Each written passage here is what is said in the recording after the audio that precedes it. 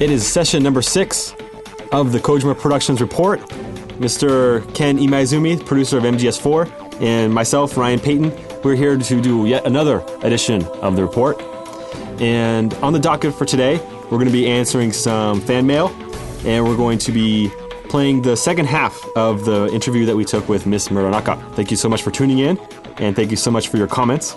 And we're very excited and very pleased to be reading all these really cool comments from users, aren't we, Ken?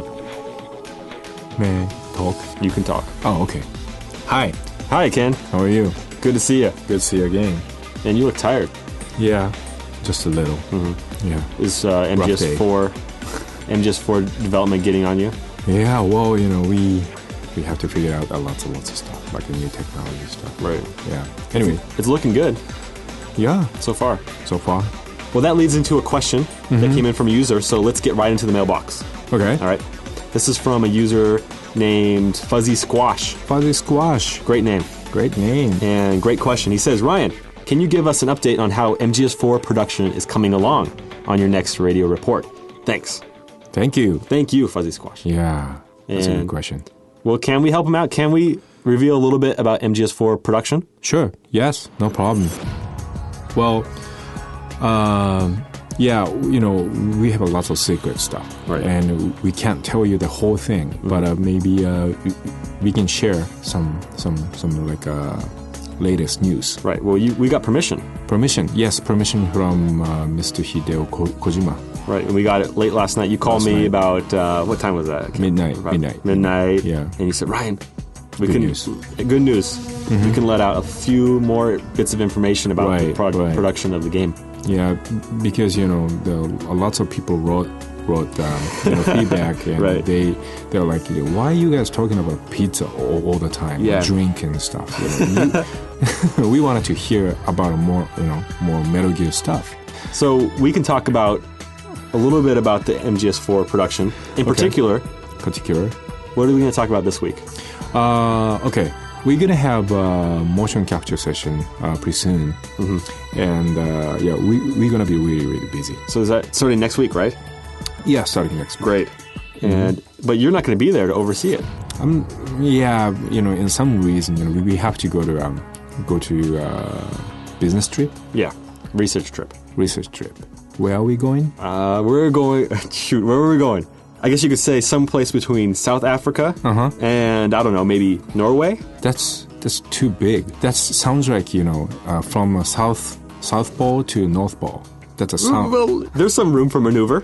Yeah. I don't want to reveal exactly where we're going. Yeah. Because it's going to spoil some things. Well, yeah, but, you know, we're going to go somewhere, you know, somewhere secret. But we're going to go there and then take a lot of pictures and we're going to research lots of stuff. And then those, you know, stuff will be in the game. Right. Mr. Tojin's going to go there. Our music master, sound director. Sound guy, yeah. He's going to be there recording sounds from the street and just from that area. It's going to be awesome. And it's going to go into the game. Yeah, it's going to be cool. We're actually going to be sharing a hotel room.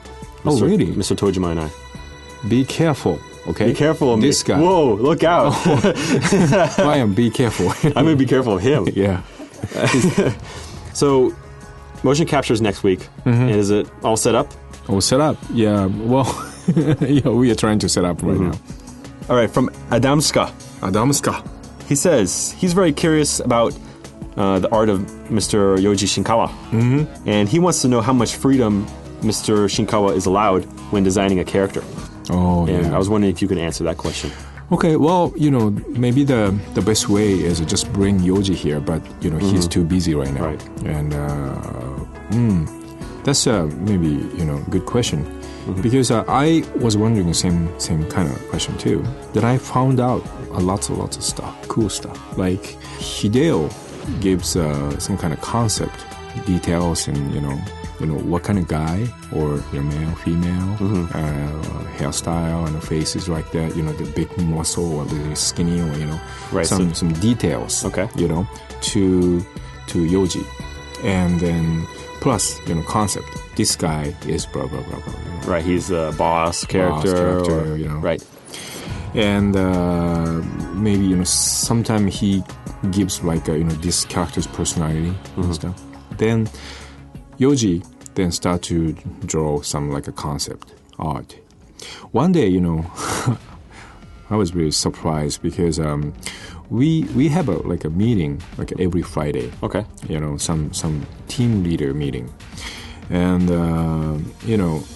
Yoji is always bring his pen and notebook. Right. And he heard some kind of keyword or like a concept kind of keyword, and he started to draw something. So while people are talking about the problems in the team, he hears something. He hears something, and he gets got inspiration. Inspiration, and he started to draw something. Oh, that's so he didn't listen. He's not obviously, yeah. He's not. But it's still he's drawing inspiration, which is great. Right. So that was very interesting, And so he has a lot of freedom, though. I mean, Mr. Kojima gives him a space to work within, and then Mr. Shinkawa just goes and kind of draws his own inspiration as well. Right. And so maybe someday we should bring the Yoji here. That would be really fun. Listen to or maybe watch him draw. Yeah, how he draw, and then give a play-by-play. Yeah. Right now he's making the face of this new character. Speaking of characters, you're the producer, so you probably have seen some kind of concept art of Meryl. Yeah. And this is what I want to know. You don't have to tell the listeners. It's okay. Just between me and you. Okay. So is she gonna be hot this time? Yeah. You think so? Yeah, she's hot. Good. Okay. All right. Next question. Why? Well, I don't know. I thought she's not that hot in MGS1. She looks like the Wendy's, the Wendy's girl. Not very attractive. Okay. Well, sounds like you're sick. Some Japanese people fall in love with 2D characters. I don't fall in love with 2D characters. I fall in love with 3D characters. Same thing. Okay. All right. So let's wrap up the mailbox for this session and get into the second part. Okay. Of the Miss Muranaka interview. And to kind of lead into this interview, I asked her a question about how it was to record the theme song for MGS1, and where she hires a singer who can sing in Gaelic, and she talks about her whole adventure in Ireland. Oh. So let's start off with the second part of the interview. Thank you so much for joining me, Ken. Oh, you're welcome. And we'll see you next week, back from the research trip, in the session number 7 of the Kojima Productions Report. And keep those questions coming in. And thanks so much for listening, and let's go into the Muranaka interview, part 2.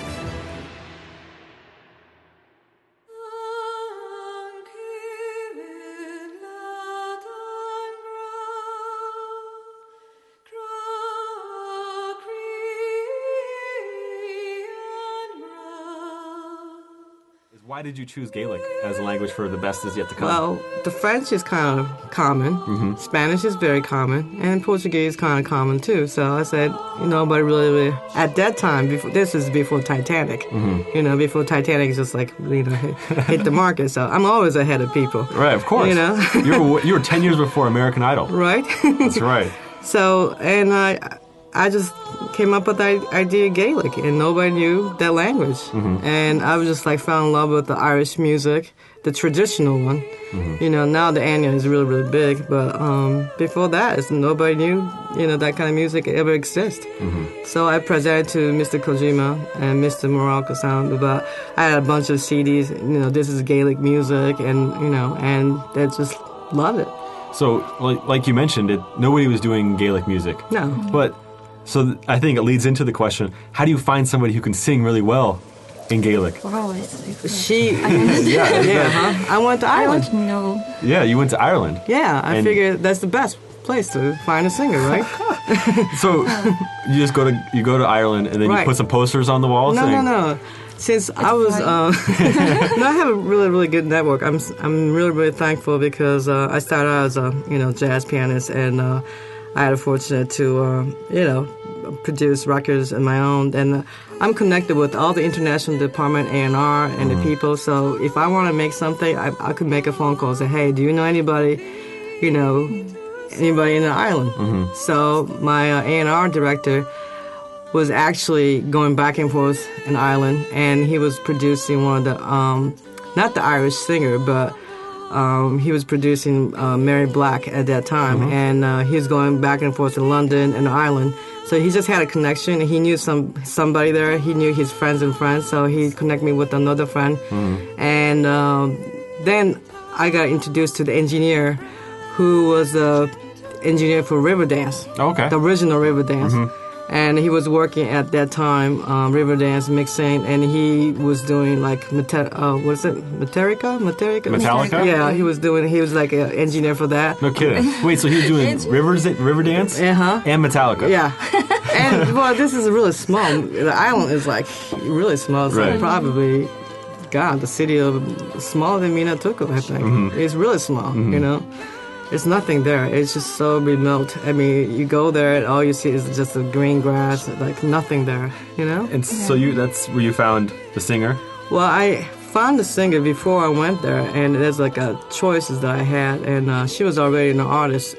Her name is Aoife, and she was like come from one of those like one part of the island is like they all speak Gaelic, you know, they're traditional. They're like six hours away from Dublin.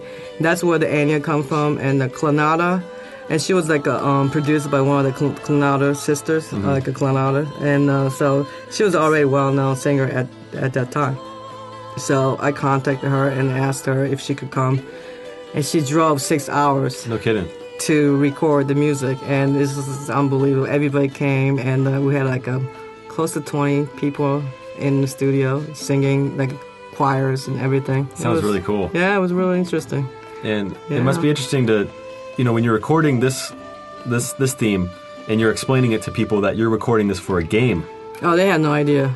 I mean, they have no idea what game, because this is Ireland. You're talking about this, like, there's nothing there. There's no 7-Eleven. You know what I mean? You think about it. Right. You know, and everything's shut down. And there's it's like, there's nothing there, you know?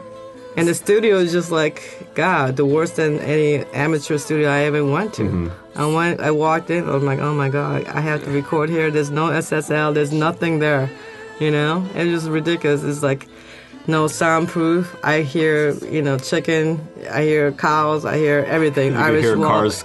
No, there's no cars, except we were in a farm. Oh, okay. And this guy decided to, you know, make the studio in the farm. So you hear everything. The chickens and the cows, too. Yeah. So I had to wait. You know, sometimes the chicken gets really loud, and, you know, you have to wait. I had to wait for the animals to be quiet. No to kidding. go to sleep. What? It's their time. That's unbelievable. Yeah, so imagine that, you know. I had to sit and wait. Then what happened was I ended up writing music, and you know, there's a MIDI file at that time, 11 years ago, when I wrote, not even that, like 10 years ago maybe. So I did everything in demo, and I sent the file to engineer. So he had my MIDI file then. So he had all those MIDI files. Then this was even digital performer. It's just like one of those performer. So I had all my file there. So when I got there, we started to program everything. And then I started to swap with a real musician, you know, live instruments. And people, they can't come at one time at the same time. Everybody had to come 6 hours. Everybody drove 6 hours, 8 hours. These are traditional, you know, musicians. Right. They don't live in Dublin, like a city like New York. Dublin is like big city for them. So they all live in the countryside. Right. So every musician who plays like a traditional instrument had to, you know, drive like 6 hours, 8 hours to get there. It was really incredible.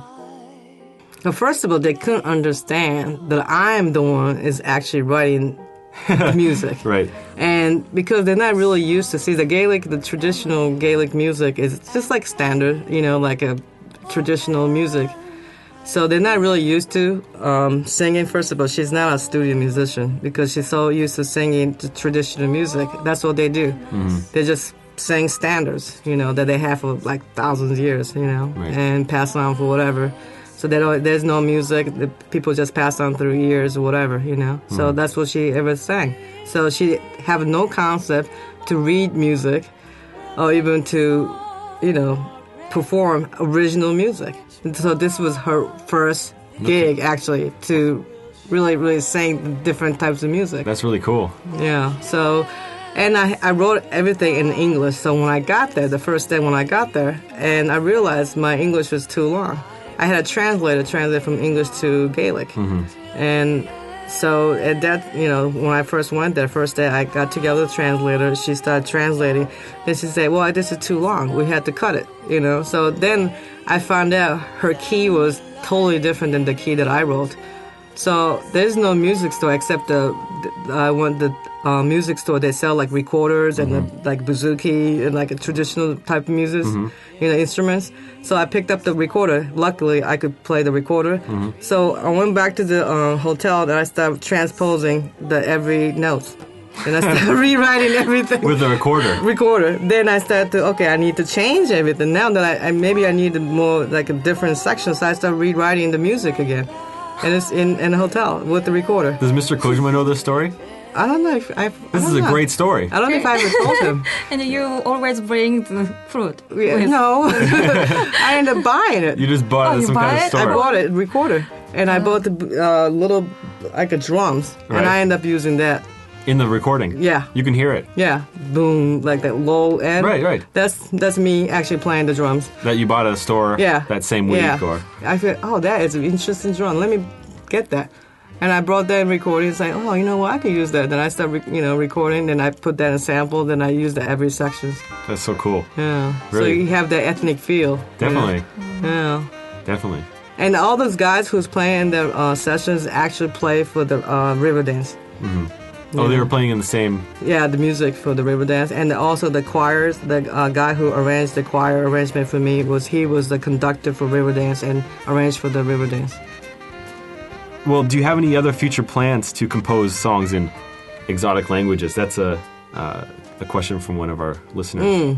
I think I want to do like Portuguese. Portuguese? Yeah, like Brazilian music. Yeah.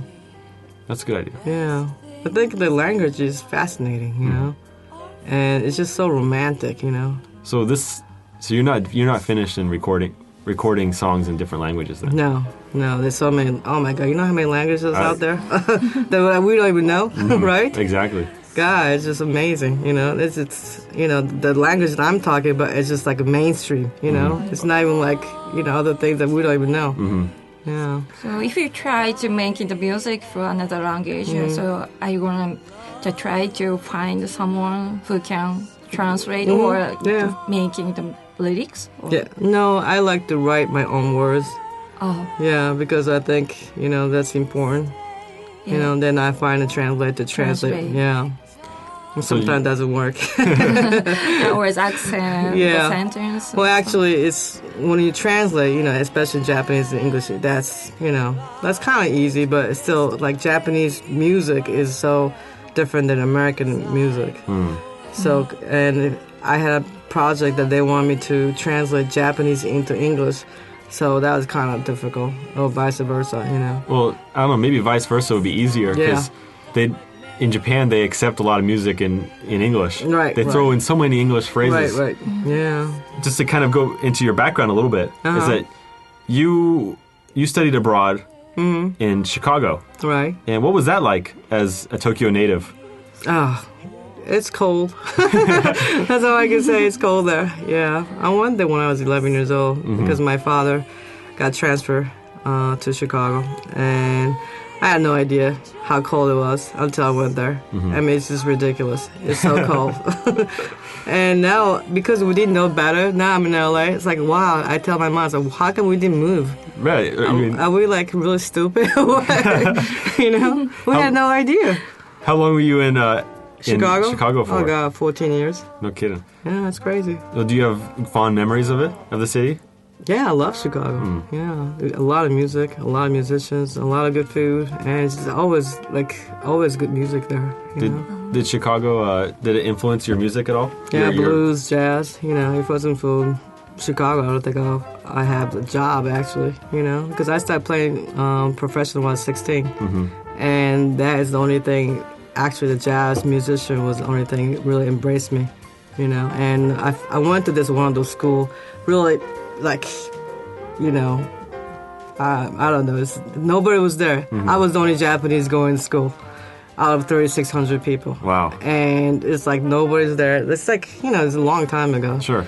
So it's like I was the only one going there, so it's a lot of prejudice, And I used to get stoned. I swear to God, people used to call me geisha, Pearl Harbor. It's nothing to do with me. What? Nagasaki, Right. Come on. Yeah, give me a break. But kids could be real cruel. At that time, it's just like a lot of stuff happening, and I went to one of those schools that Hillary Clinton went, like a long time ago. So you could imagine it's like a prep school, and a lot of people want to become professional, like doctors, engineers, lawyers, whatever. And I told my teacher I wanted to be a musician, and they look at me like I was stupid and crazy. Like you're crazy. Yeah, it's like, what? Then out of all, I wanted to be a jazz musician. And they're like, what? Are you kidding? So, and all my teachers like, wow, it's like, why would she want to be a jazz musician? They couldn't figure it out, Well, just kind of want to wrap up this session. Okay. And thank you so much for joining. Thank you. Thank you. And on this very special edition, the kind of a music theme of the Kojima Productions Report.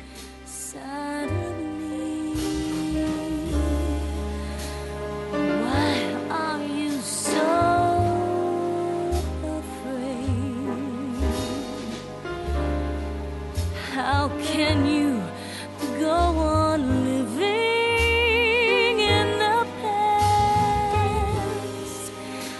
I see your eyes, I feel your pain, I feel your sadness inside of me.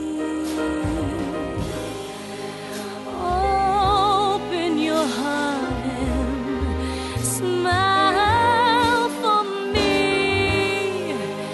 You're not the only one afraid to fall in love. Dance with me again and walk this way.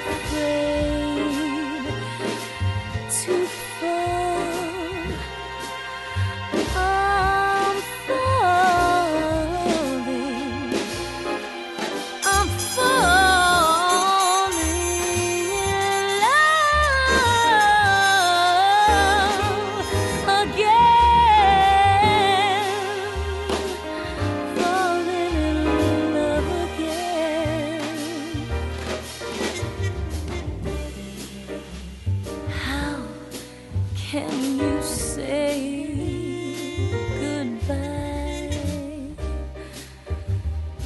when we haven't even had a chance to say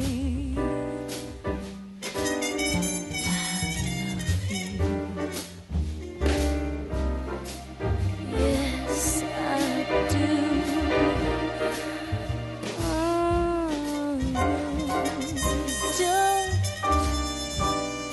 Don't be